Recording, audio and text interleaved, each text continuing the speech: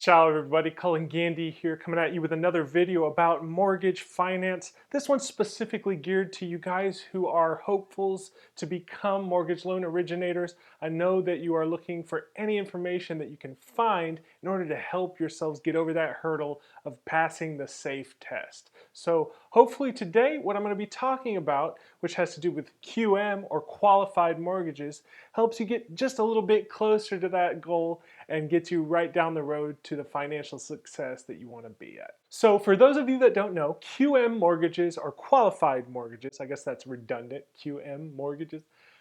Those are the big daddies of the mortgage industry. They are the ones that are throwing their weight around. They're making it rain. These are the ones that you're going to see most of the major conventional term loans that you'd be selling to most of your borrowers. That's what these are going to fall under. But what is a QM? What does qualified mortgage really mean? And how do you have to understand it in order to be able to sell it to folks? Well, the fact that you're selling a qualified mortgage can actually be a pretty good selling point once you get into the details of what a QM product actually is. But first, y'all, if you like videos like this, if you like educational content, please go ahead and leave this video a like, as well as consider subscribing. It really would help me with the YouTube algorithm. Thanks so much. So first things first, what is QM? What is a qualified mortgage? Well, a qualified mortgage is a certain type of mortgage that meets the standards that are set by the Dodd-Frank Act as they are laid out by the Consumer Financial Protection Bureau. Now, these are two things that you probably might have vaguely heard of in the news before, or if you've been studying for the test, you've probably become familiar with them. But they actually are really important in the world of mortgage because mortgage industry is basically one of the most highly regulated industries in the entire economy. Since the major 2007 mortgage-backed securities-led stock market drop or crash, these laws and this particular bureau were created in order to protect the consumer against predatory practices by lenders and by their secondary market. That is Fannie Mae, Freddie Mac, and how they bundle mortgages together to sell on the market. And as a part of this establishment, the CFPB came up with a certain type of mortgage that they could make that could ensure a relatively stable future for the mortgage industry and for the mortgage consumer. And these are people who want to have the best deal possible while still tempering that with their ability to be able to actually repay the loan and stay financially solvent. So the first big major point that you want to be concerned with when you're thinking about QM or qualified mortgages is, does the borrower have what's called ability to repay, or ATR? As a producer at a major online lender currently, I can tell you that establishing ability to repay is one of the most important functions of the MLO. In fact, if you took that out, you're basically just kind of like a teller or a cashier or something. Establishing the ability to repay is what qualifies a borrower. That's where you get the nomenclature of qualified mortgages. You have qualified borrowers. So what qualifies a borrower to have ability to repay? That is, what makes us think that certain borrowers are able to pay the loan back, whereas other borrowers wouldn't be able to pay the loan back? Well, it all comes down to what are their liabilities and what is their income and assets. So when we as mortgage loan originators are trying to figure out whether or not a borrower may qualify for a mortgage, we have to figure out, does the borrower have verifiable income and do they have assets if their what's called debt to income ratio goes above at least a 43 or a 45%, but not past 49%.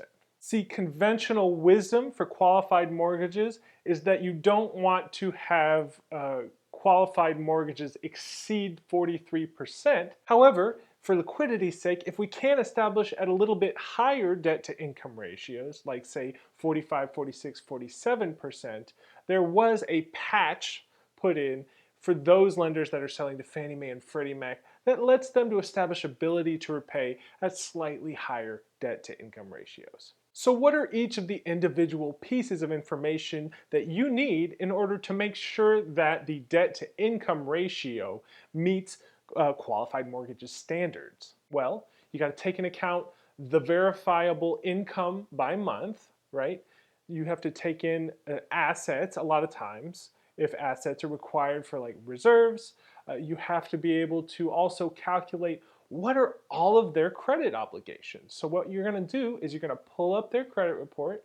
You're going to see what are all of their credit obligations, and then you're going to stack those up against what their income is and do the calculation that way. What you're going to do is you're going to have your income, and then it's going to be divided by your debt obligations. And those don't include things like utilities, but they do include everything else. So your mortgage, what your PMI might end up being, what your HOA fees could be, what your homeowner's insurance could be, uh, all of these kinds of things, flood insurance if you need that. All of these things that you're going to be obligated for on your credit are going to go into your debt to income ratio and establish your borrower's ability to repay. Another really important thing after you've established a debt to income ratio is you want to see if a borrower has any secondary mortgages that come about while you are originating the loan, because you're going to need to do something with those mortgages. You're either going to have to pay them off. In many cases, that means you're going to have to do a cash out, whether it is to pay off a HELOC, which is a homeowner's line of credit on a home, and get rid of that lien. Or you're going to do what's called a subordination, and that means that you're going to make sure that that other lien, that other mortgage on the home, stays in the second position, whereas you're going to be putting your mortgage in the first position. Also, it's really important to note when you're doing the ability to repay and calculating the debt to income ratio, the little tricks of the trade, like for instance, if you have a car payment that ends up being paid off within 5 months or 10 months, we can exclude that from the debt to income ratio requirement and establish the ability to repay too.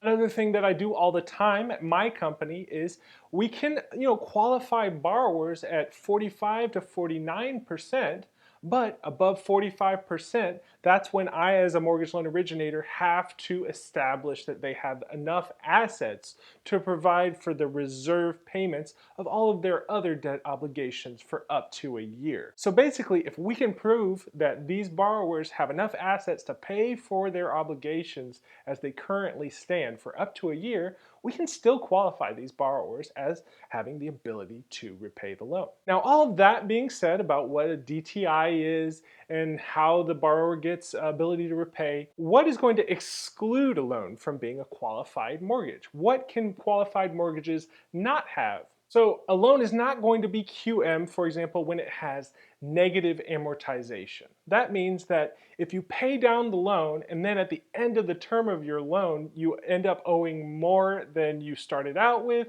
that's not going to cut it for a QM loan.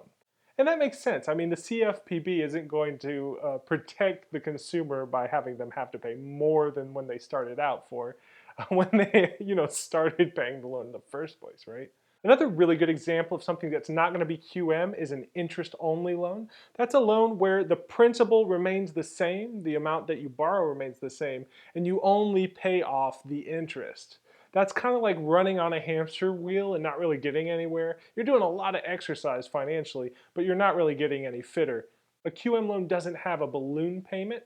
That means that at the end of the term of the loan, or for the time that you're paying the loan, at the end of that, you're not going to have one big giant lump sum of money that you're going to be responsible for because it didn't amortize or finish with the loan being paid off totally. And QM loans aren't going to have terms of more than 30 years. Traditional 30-year term is where we're going to want to stay when we're doing a qualified mortgage. And finally, these loans aren't going to have fees or points that exceed 3% of the loan balance. Now, these parameters are getting slightly changed for 2001, where they're going to go a little bit more in depth with ranges of loan balances and how much each of the fees and points can end up being. But for the majority of mortgages, which are going to be more than $100 some odd thousand, you're not going to want to have more than 3%.